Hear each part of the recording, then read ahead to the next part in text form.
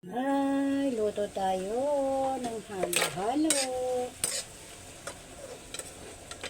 Ayan, niluto na rin. Ako, nagsuot na. Gasa natin ito.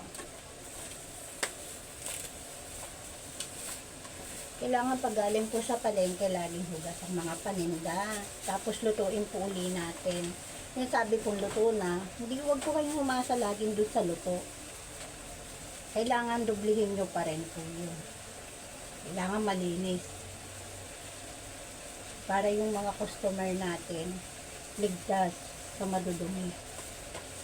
Tayo pong mga nagtitinda ng mga pagkain, kailangan laging malinis. Kailangan, mekos-mekos natin yan.